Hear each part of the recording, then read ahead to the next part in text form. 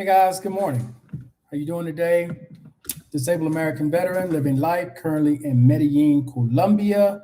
Back with some information this morning about the VA caregiver program. So I had to talk to someone this morning at the VA. They called me about my company pen exam that I haven't had yet, and they wanted to know had I applied for the caregiver program yet. And I said, no, because I have a new claim in, well, it's not a new claim, but I have a claim in for aid and attendance to upgrade my SMC S to SMC L and a half. So we got to talking, and they didn't notice that I live in South America. And they were telling me, as some of you all may know, most probably don't know, that if you live overseas in a foreign country, that you cannot get the caregiver program. You have to be either in the US or US territories, which means places like Guam that have a VA facility, or Puerto Rico that has a VA facility. You'll be able to receive the caregiver program. And then at that point, you got to determine, is it worth it for you to go back to the States or move to a US territory?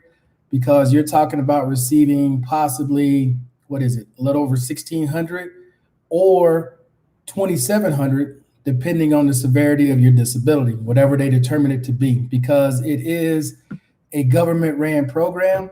And I did ask about the Philippines. Even though the Philippines have a care facility there in Manila, you still wouldn't be eligible because it's not part of the US system, healthcare system, where they pay that out. So for those of you in the Philippines, again, this is the decision that you would have to make to either move back to the US or US territories, for those of you who are thinking about applying for the caregiver program. Now, there are going to be changes made to the caregiver program starting on August 1st, 2022. So in 2 years, a little less than 2 years from now, all eras dating back to 1975, all eras dating back to 1975 who need the caregiver program will be eligible at that time. I'm going to repeat that. October 1st, 2022 is when all eras dating back to 1975 who need a caregiver can apply for that VA program. So again, if you're overseas, okay, living in Philippines, Thailand, like here in Colombia, you have to make a decision if you want to receive that extra 1,600 plus or 2,700 plus on top of what you're already getting. Is it worth it for you to go back to the States? Now, I'm kind of going back and forth with it because I also asked, how long do I have to be in the States to be considered living there? So, for example, I'm like, okay, I'm there for 7 months out of the year. Can the other 5 be somewhere else? And they were like, well, they're not sure. They're thinking more along the lines of 8 months out of the year, you have to be in the US. The other 4 months, you can go spend it somewhere else. And I'm like, can you do it consecutively?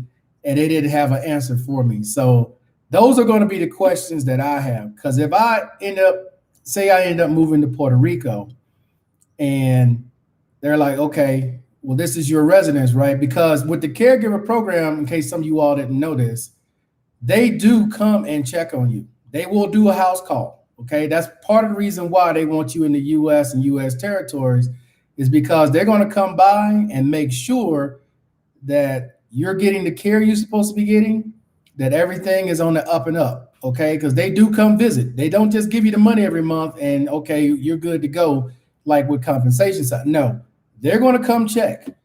Let's see. Good morning, Mr. Solomon. Good morning, Mr. McDonald. Kalo K. It's funny, but straight to the point. Probably the wrong channel to ask, but you mentioned leaving Colombia.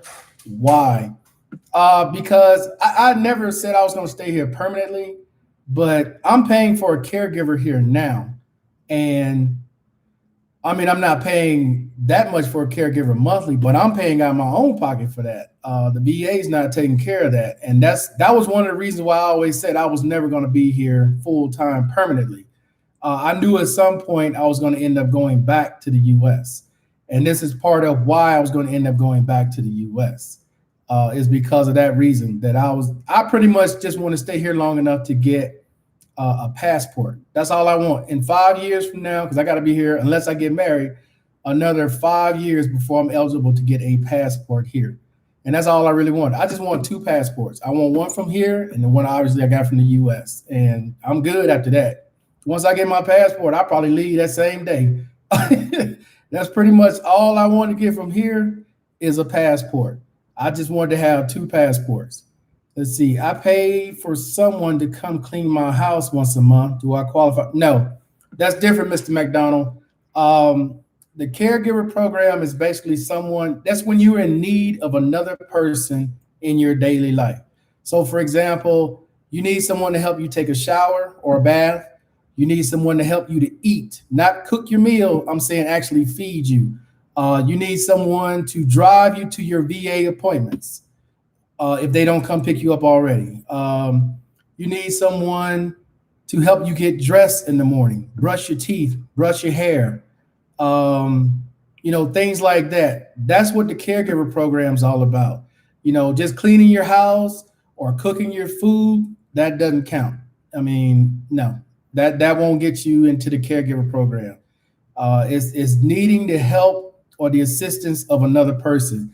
If you have prosthetics and you need somebody to help you put on your prosthetics every day, help you put on your shoes every day or every other day. It doesn't have to be every day, but I think they changed it it used to be 3 days out of the week. I think it's 4 days out of the week now.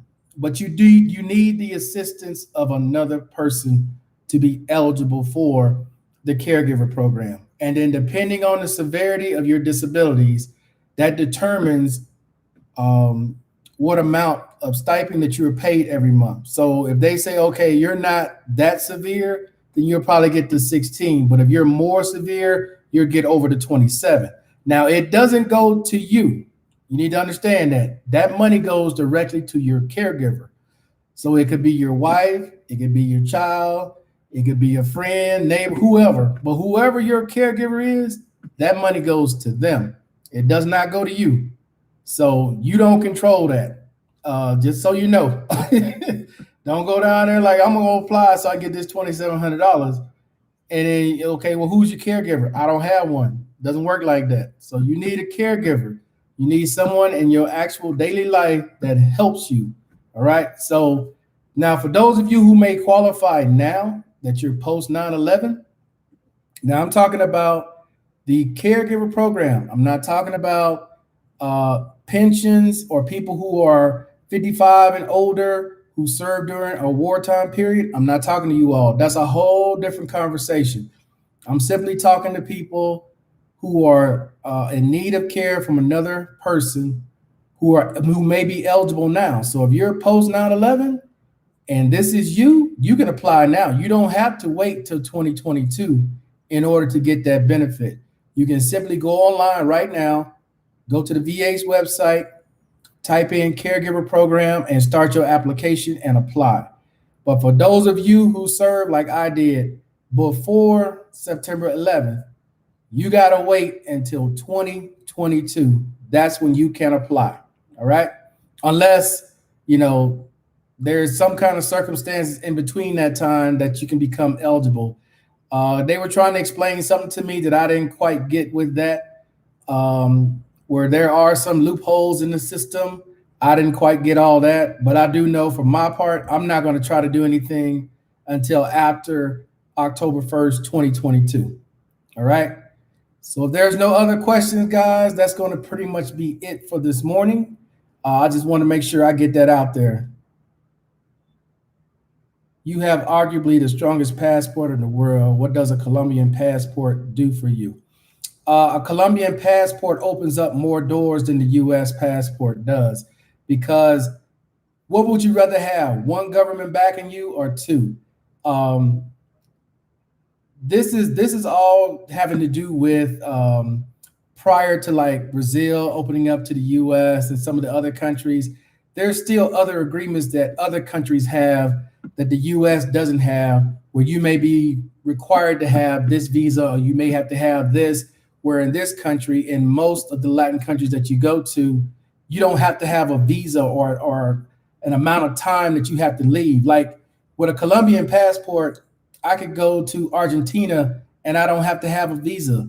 Or I could go to the DR and I'm not under the same rules that you under the US passport. So there's many different reasons as to why you want a second passport other than just having your US passport, which is good. I'm not saying I don't want my US passport, but a second passport with different rules in different places. Yes, if I go to Argentina and I want to stay there 6 months and I have my Colombian passport, I can do that. I don't have to leave or apply or get any kind of other visas because I'm going off the strength of that passport. That's why I want another one. How hard is it to get the auto grant? It's not that hard at all as long as you have a qualifying disability. It's not very hard at all. When I applied for my auto grant, I got my response back in 3 months. They approved it. And then I applied for the grant and I got the grant. Shit, it wasn't 6 weeks because I had found the vehicle. I found the BMW that I wanted. I filled out the paperwork, had the dealership fill out the paperwork, turned it in, and they called me less than 6 weeks later saying they had to check. And then I flew home, picked up the car, put it in the garage, and then I left. That was pretty much it.